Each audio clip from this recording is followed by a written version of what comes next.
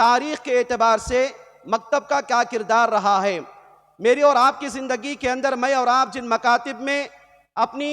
مکمل طور پر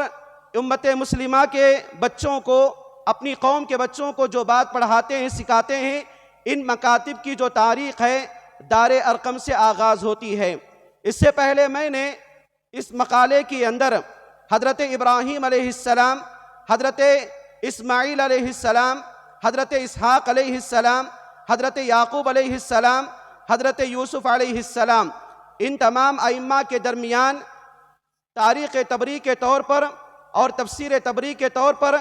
تفسیر ابن سعدی کے طور پر جن باتوں کو بیان کیا گیا ہے، ان چیزوں کو بیان کیا گیا کہ مکاتب کا آغاز انبیاء علیہم السلام کی زندگیوں سے چلا آ رہا ہے۔ بالخصوص میرے اور آپ کے نبی جناب محمد الرسول اللہ صلی اللہ علیہ وسلم کے دور کا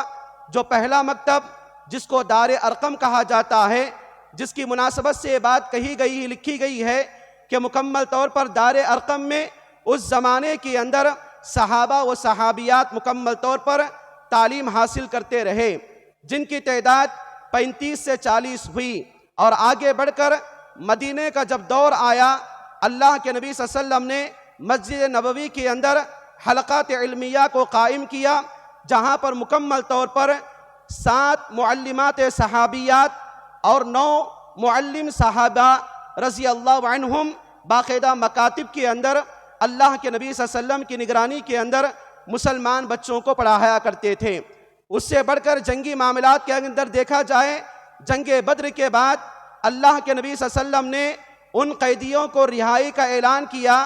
جو قیدی مکمل طور پر پڑھنا لکھنا جانتے ہیں، وہ مسلمان بچوں کو تعلیم دیں اور تعلیم سکھائیں۔